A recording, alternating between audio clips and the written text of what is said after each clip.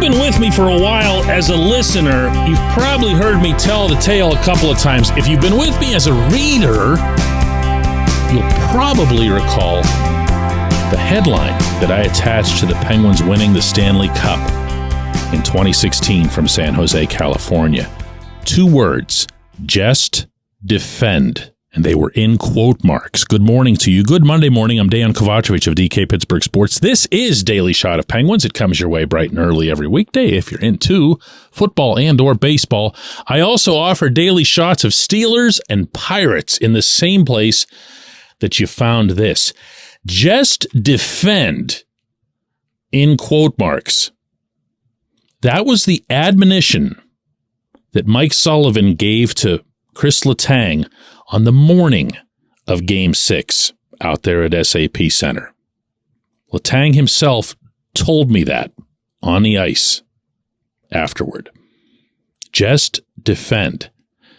The thinking behind this is one that Sullivan has applied across the board to his team from the day he took over, and that's always been founded in a belief that the Penguins have plenty enough offense that if they can just do whatever's necessary to defend, to take care of their own end, the goals will come.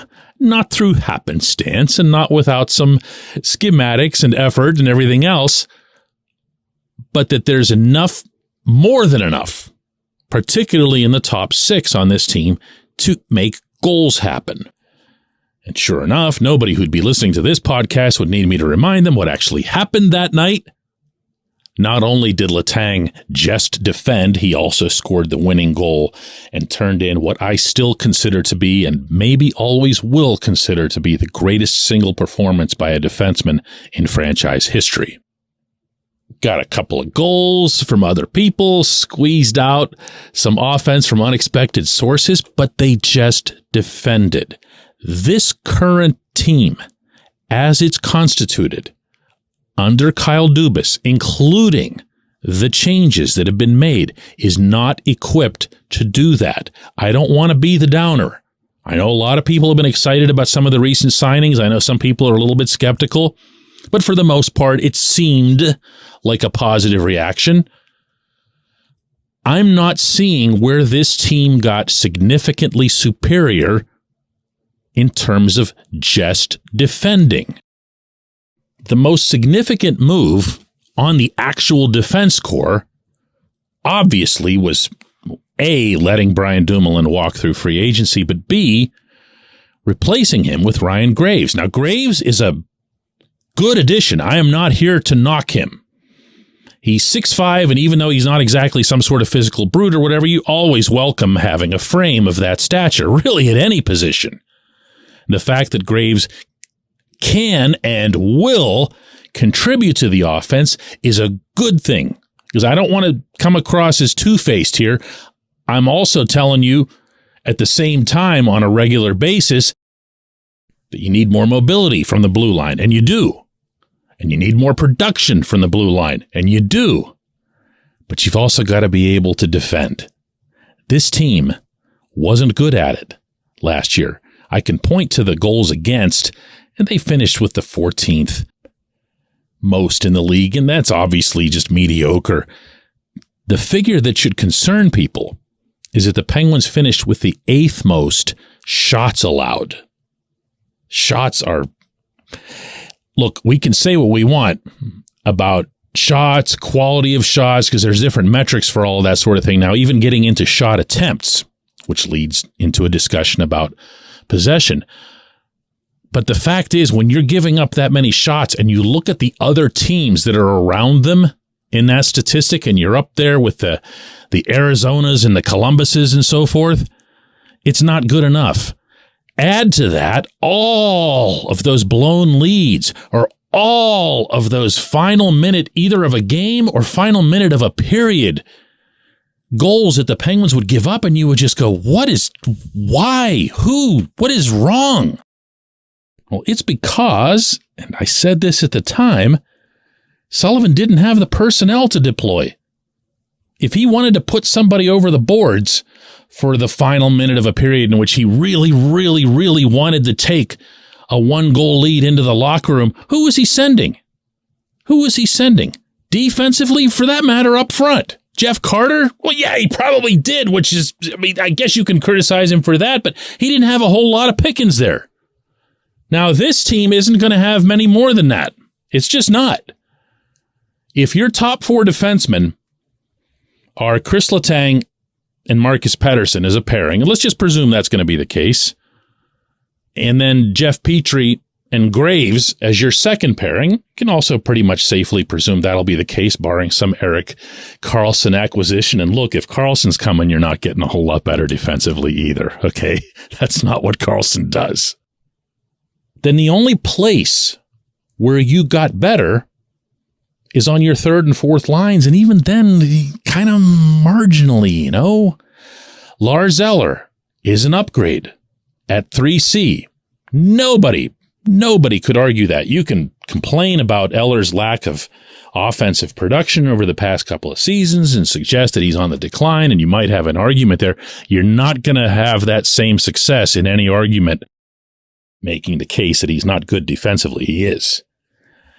Noel Acciari is a responsible defensive forward. Matt Nieto is a responsible defensive forward. You're going to have some more responsible defense from your bottom 6. That'll matter. You're going to have better penalty killing. That'll matter. But is that more than enough to offset everything else I've described here? And oh, by the way, it's still the same goaltender? I don't know that you're going to see this team get much better defensively. I really don't. Which means they'd better score a whole heck of a lot more. When we come back, J1Q. This segment of Daily Shot is brought to you by Family Table, a local company that brings delicious food to busy families. They offer family-style complete meals or a la carte items like lean proteins perfect for muscle building and weight loss. If you're not local, gift cards are also available for your Pittsburgh-based family and friends. Go to FamilyTablePGH.com. That's FamilyTablePGH.com and use the code DK40 or DK40 for 40% off and free delivery on your first order. Order by noon today for Thursday delivery.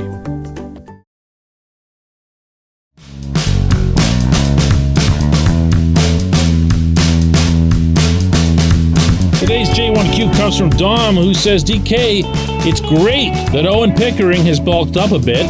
That should work out well for him. But what about Marcus Pettersson and P.O. Joseph? They just don't look like they're strong enough for the NHL, in my opinion. Well, Dom, there are differences between Pickering and the two players that you described, and it's not just holding weight. Pickering had, on the day he was drafted, the type of frame where you could see that he'd fill in. True story here. A handful of years ago, Mike Tomlin made one of his many pilgrimages to Bradenton, where the Pirates conduct their spring training.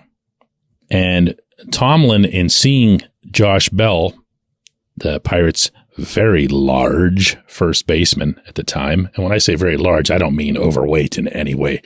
JB's just a really, really big dude. He looked at Bell's shoulders and said, now that's shoulders. That's a tight end for me over there. And he was there with Kevin Colbert, who was the Steelers GM at the time, and said, that right there is a tight end. And everybody got a good laugh out of it. But I looked at JB differently after that, because I also remember what Bell looked like when he showed up after being drafted by the Pirates a few years ago. And he was that. He was really light on weight, but he did have the broader shoulders. Pickering had those when he was drafted. All Pickering did was eat a lot. In fact, according to the Penguins, he ate quite a bit just before showing up for development camp. So out of the 19 pounds that he put on from last fall to this development camp, probably half of those just happened in the previous couple of weeks. So he has the frame. He has the capacity to add that. When you look at Pettersson and Joseph, you're not going to see that. You're not going to see these wide shoulders.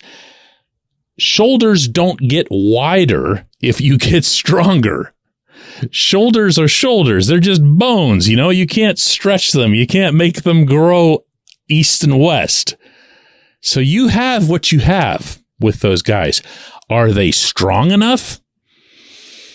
I mean, I'm not the one out there trying to lift a stick in front of the net. I'm not the one that's trying to gain body possession on them, whether it's in the corner, in front of the net, or wherever. But there are times when it looks like they're not. There are times when it looks like they're okay. Pettersson, I feel, makes up for his by being, let's put it this way. There's a reason he gets a lot of cheap shots over the course of a game. He's not popular with the other team, and it's certainly not because he's cheap shotting them. He's just constantly competitive, aggressive, and active. P.O., I think, started to get some of that to his game in the second half of this past season, but that didn't always go well anyway. But to ask them to just put on weight, and not everybody can do it. Not everybody can put on weight and hold it. And it's not just because of some natural metabolism thing. It's because of the actual frame structure. I appreciate the question. Really, really good one. And I appreciate everybody listening to Daily Shot of Penguins. And we're doing another one of these tomorrow.